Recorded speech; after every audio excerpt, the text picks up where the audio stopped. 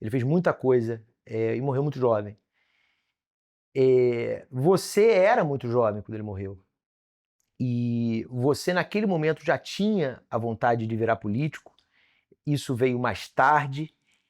E esse entusiasmo dele, a marca que ele criou, aqui você anda, em Pernambuco inteiro, é, tem uma coisa meio de santo, assim, de muita gente. Muita gente critica e tal, mas tem uma coisa muito de santo. Isso pesa mais para você? É um fardo ou é o mais te ajuda?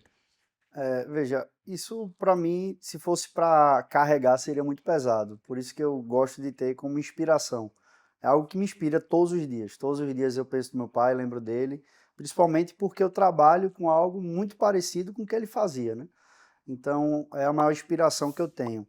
E quando você falou, eu tenho exatamente esse sentimento. Ninguém sabe, a única certeza da vida é a morte. Também, talvez aquela que a gente luta todos os dias para não chegar nela, né? Então, ninguém sabe até quando vai a sua vida. Mas eu tenho um sentimento que no subconsciente, talvez meu pai soubesse que ia viver pouco. Porque a intensidade com que ele viveu foi muito, muito forte. E ele era alguém que tinha urgência, ele tinha urgência nas coisas. Ele tinha senso de que aquilo era urgente, que era prioridade, que tinha que ser rápido. Ele se indignava com atraso, com a coisa que não andava. E ele tinha pressa. Ele dizia: o povo tem pressa, a gente tem que. Os problemas têm pressa, então a gente tem que trazer soluções com pressa também. E ele foi muito intenso. E é impressionante como o que ele fez de fato marcou gerações e gerações. Quando ele renunciou o governo para ser candidato a presidente, eu lembro ele mostrando essa pesquisa, ele tinha 93% de aprovação. Aprova, desaprova, 93% aprovava o governo dele. Era algo muito alto, né? Muito alto. Você hoje não tem nenhum governador do Brasil que tenha a avaliação que ele tinha. E imagina que poucos meses depois ele faleceu, no meio de uma caminhada em que Pernambuco esperava que ele fosse presidente. Eu tenho convicção que ele seria, e acho que o Brasil não teria passado por muitos percalços. Eu acho que o Brasil teria, teria aproveitado, como ele gostava de dizer, uma janela demográfica. Assim, a gente teria aproveitado um tempo importante. É, e, e Sobre a eu, coisa de você ser político? e aí, sobre esse ponto, eu sempre gostei de política. Eu sempre gostei, sempre acompanhei ele, mas no primeiro momento eu não me via como alguém que poderia estar na linha de frente.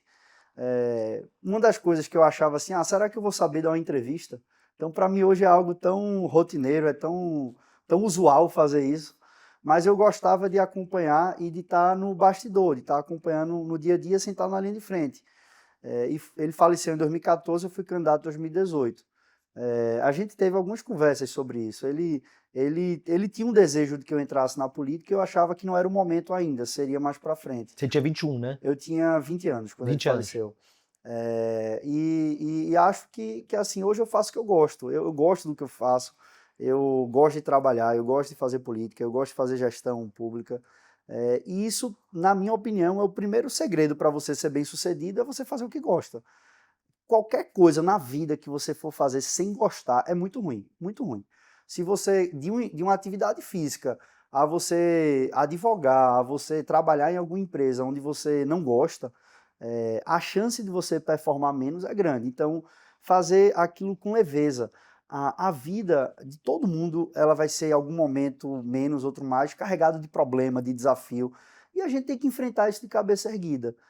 Aprendi muito isso com ele e com a minha mãe. E ele tinha isso, ele tinha um brilho no olho, uma energia muito grande.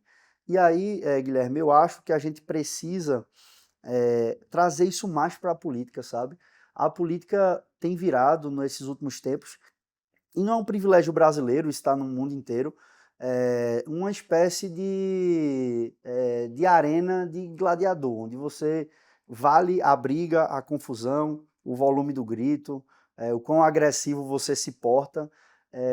E eu, sinceramente, eu não acredito nisso. Eu acho que isso é a antítese da política, isso é a barbárie. O que a gente precisa fazer é ter a capacidade de coesão, de buscar a solução e de ter brilho no olho. Então, a nossa comunicação, por exemplo, que você começou falando, uma das premissas que a gente tem carregado é de fazer uma comunicação não violenta. Hoje em dia, é claro que é fácil você engajar se você faz um pronunciamento, uma fala, falando muito mal de alguém, super agressivo. Os algoritmos tendem a colocar um engajamento maior para isso, mas o caminho não pode ser esse, não pode ser esse.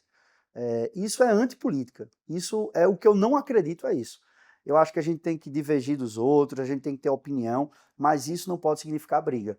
E aí eu aprendi isso muito com meu pai. Ele na vida dele, principalmente no final da vida, né, no último mandato, ele gastou muita energia política para pacificar palanques políticos tradicionais no Estado. Grupos que há 30, 40 anos disputavam numa mesma cidade, ele fazia uma tentativa de aproximar. E o que é que ele fez primeiro?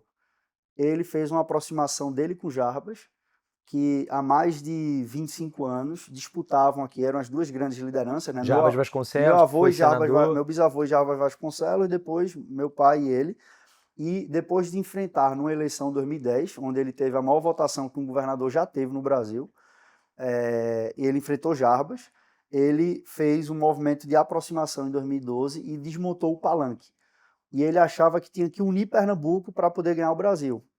Então ele fez um grande movimento de unidade no Estado, e depois de fazer esse movimento com Jarbas, ele chamava os adversários das cidades e dizia, há 30 anos que a gente disputa com Jarbas, a gente fez essa aproximação, porque a gente não constrói essa unidade também na sua cidade.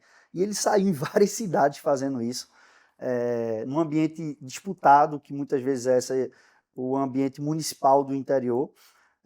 E isso é só para dar um exemplo de como eu aprendi a fazer a política, de como eu vi isso sendo feito.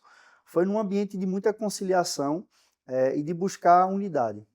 Isso politicamente é genial, porque quando ele faz isso com dois palanques adversários do município, os dois ficam com ele, né? É, Os dois o apoiam. O Lula tinha muito disso, né? E seu pai aprendeu muito com o Lula e sempre falou sobre isso, como que ele aprendeu muito com o Lula. O Lula do primeiro mandato, o Lula do segundo mandato, era um Lula mais conciliador do que o Lula é hoje. Hoje, no terceiro mandato, eu faço essa crítica recorrente, eu vejo o Lula com muita dificuldade de falar com quem discorda, em se aproximar. O outro lado de quem discorda também está com muito mais raiva do que tinha no passado, né? As pessoas estão com... E aí, falou de comunicação não violenta, um dos princípios da comunicação não violenta é escutar. As pessoas têm muita dificuldade de escutar o outro, né? Quando acabou o segundo turno de São Paulo, o Guilherme Boulos deu uma entrevista para a Mônica Bergamo e que, surpreendentemente, ele atacou você e não o Ricardo Nunes, que ele tinha acabado de enfrentar.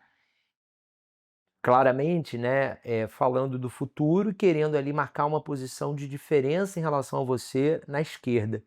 Ele falou, ele inclusive disse que você, nessa entrevista, ele disse que você não era de esquerda. E você não teve uma reação de briga. Você não quis tensionar ali. Como é que você lida hoje com quem discorda de você na política, nacionalmente, no partido? Você está presidindo o PSB, então você tem correntes ali, você tem coisas para coadunar dentro da esquerda. Há uma disputa na esquerda do pós-Lula, né? E você tem a idade a favor, né? Então essa entrevista do Boulos tem a ver com isso também. Dentre esses vários cenários de você ter que lidar com quem discorda com você, qual é o teu approach? Veja, primeiro, eu não estou aqui para agradar todo mundo. Eu estou aqui para ser quem eu sou e fazer o que eu acredito. Segundo, que eu acho que a política precisa ter um movimento, de fato, de ter a capacidade de abaixar a temperatura e fazer uma caminhada de mais coesão.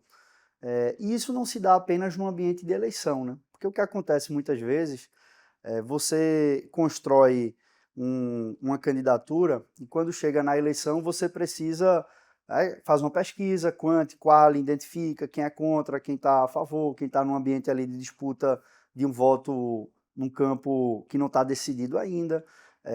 Como é que você vai fazer um perfil que se aproxima mais de um eleitor conservador, como é que está a posição religiosa interferindo no voto, e faz uma pauta pensando em eleição. Eu acho que cada vez mais não adianta você tentar fazer essa discussão na eleição, porque fica muito em cima, né? Então, assim, fica uma coisa incoerente.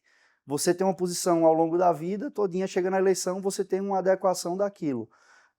E o que a gente tem feito, e o que eu vejo que as pessoas esperam, é que você possa construir uma caminhada que tenha essa coerência. Por exemplo, eu sou uma pessoa progressista de centro-esquerda, não tenho nenhuma dúvida da minha posição, Era da minha uma posição pergunta que eu ia te política. fazer, onde você se encaixa no espectro? É na centro-esquerda? Eu sou um progressista de centro-esquerda.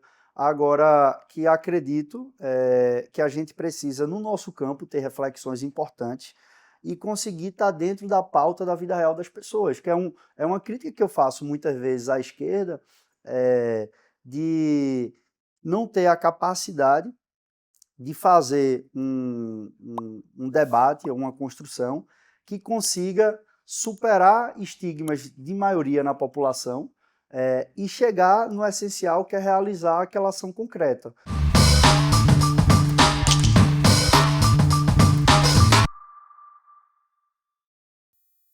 Tá tentando entender o mundo sem muito sucesso, né? Tem um GPS pro noticiário. Lisboa Connection no Amado Mundo. Políticas e atualidade com uma visão internacional. Amado Mundo. Dá pra se informar sem surtar.